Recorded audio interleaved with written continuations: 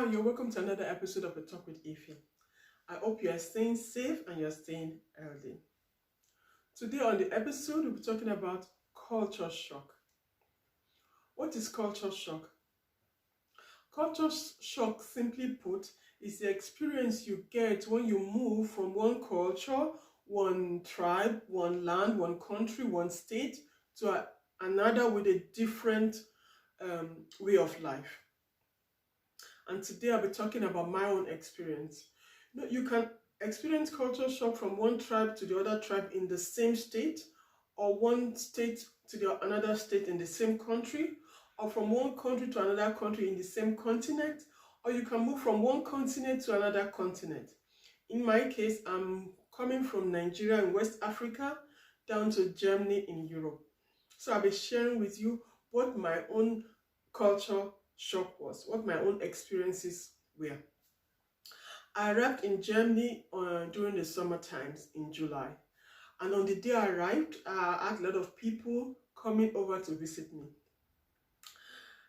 They stayed long and I was wondering, okay, when it starts getting dark, everybody will start leaving. But I realized 6 o'clock, 7 o'clock, 8 o'clock, 9 o'clock p.m., everybody was still having fun. And it was really nice, but very surprising. It started by 10 p.m. to get a bit dark. I was so surprised because where I come from in Nigeria, every day of the year, it gets dark from 6 to 7 p.m. But in Germany, during the summer times, it can be so early, it can be so clear till about 10 p.m. And also mornings by 5:30 a.m., everywhere is clear, and the opposite takes place in winter. In winter, by 4 p.m., 4:30 p.m. is already getting dark, and it doesn't get clear in the morning till about 7:30. So most of the time, you see people going to school or going to work when it's still dark, and they are coming back when it's still dark. So it was a shock, it was a surprise, but that shows you the different climate one lives in. The next part I'll be going to is greeting. In my country, when you greet somebody, you say, how are you doing? And the answer you get is, I'm fine, we are managing, or not so good, just like that. And it's, people don't really explain or open up. But what I realized here is that when you ask someone, how are you doing? They tell you they are fine, and they tell you why they are fine. They tell you something happened yesterday or that what they experienced today. Or when they tell you, no, I'm not okay, they explain to you also why they are not okay. I was shocked because it's like, oh, too much information. But I realized that Germans are very, very open. They are very open, and we Africans, we are a bit secretive. We are too careful, if I put it that way. Going to their food, I would say at the beginning they have a lot of varieties. When you go to the shop to buy bread, you see different kinds of bread with banana, bread with potato inside, bread with carrots inside, different types. So you can take the one brown bread, white bread, and you can take exactly the one that suits you. So that was a very good variety. I was surprised that for one product you can have so much variety. Would I say fortunately or unfortunately, I got pregnant immediately I came, so I could not adapt to the food. I could not eat cheese, I could not eat yogurt with pieces of fruits inside. I could not eat those things. So when I got pregnant, due to the pregnancy, it became worse. I could not even eat most of their food, so I had such cravings for my native food. And if I wanted to eat that abacha, so it was a bit influenced by the pregnancy. But it took time. Those things I could not eat in the beginning, those are now part of my favorite food. I eat a lot of cheese. I love to use cheese to do a lot of things. I eat cheese with my bread, I eat it with my salad, I make potatoes with cheese, a lot of things, So, sometimes one needs time to adapt to the situation.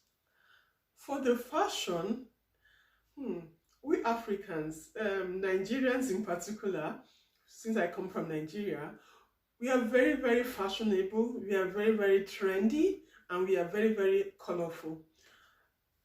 Me personally, I'm not such a trendy person, but of course it has rubbed up of me a bit, you know. So coming here, you want to go to the shop to buy something, and at that time, when we go to the shop, we did not see a lot of things that were colorful, you know. You see very nice things, very quality things, but they were not so colorful, they were not so trendy. We always had to go down to France to get some things. But what I realized is that Germans are very functional in also in the things they wear, you know. That thing must work for that situation. So that's what I realized about their clothes, their shoes, and the things that they have. And anything they buy is quality and it lasts long. But we Africans or we Nigerians want it to pass to our shoes, to our bag, or to the occasion, things like that. So with time, I have to add functionality to being trendy, to have quality, to being colorful. The next point is clear. You know, it's about timing. We Africans, we don't keep to time. If an African man tells you, come back, I'm coming by 2, please, the person will be there by 4, you know. But Germans, they keep to time. But this was not a shock for me because I came from a home, my father was in the military, so we were used to keeping to time. It was not a problem for me, but it was a surprise to see a lot of people that were keeping to time. That you could tell somebody, I want to meet you by 8 o'clock, the person is there by 8 o'clock. So, you know, so it was nice to see that. You know, Africans, we are real business people, you know. If an African man has closed his shop and you need something, you call him on his phone, you go on his house and you knock on the door, he goes to open the shop for you to give you what you want and takes his money. But I realized that here, even those people that have small shops, small businesses, they keep to their strict times. They keep to their time. When the shop is closed, the shop is closed. They will not, because of you, go to the shop to open the door, you know. But that has a lot to do with the kind of system that is being run here and the kind of system that is being run in Africa or in some, where I come from. If I have to talk about the different experiences I had, the day will not be enough to take it in. Let me just talk about the language.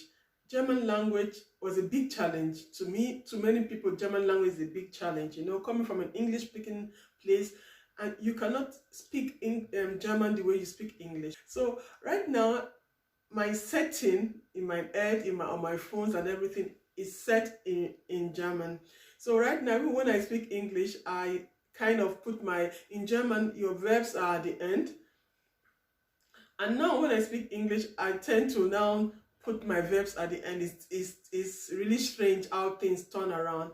But it was a big challenge, and I believe it's also still a big challenge for many people. It's not always easy. Culture shock can be fun, can be challenging, can be really a stress. But also depends on how you see it. You have to be open, you have to be fair, you have to give it a chance, you know. People are different, you have to understand them. And you have to know how to deal with them. You have to be able to compromise, and you should also be ready to give them part of your culture. It will also help. A lot of people tell me now that I'm more German than African. What do you think? But I've come to take the best of both worlds, and it's good. So I don't know whichever country you are, share your experiences, share your challenges. How did you overcome your culture shock? Was it fun? Was it challenging? Was it difficult? Share with me. That is all for the talk with Ify this week. Comment, share my video, visit my Instagram site, my Facebook page. Till next time, keep it simple. Hosanna, Hosanna, Hosanna.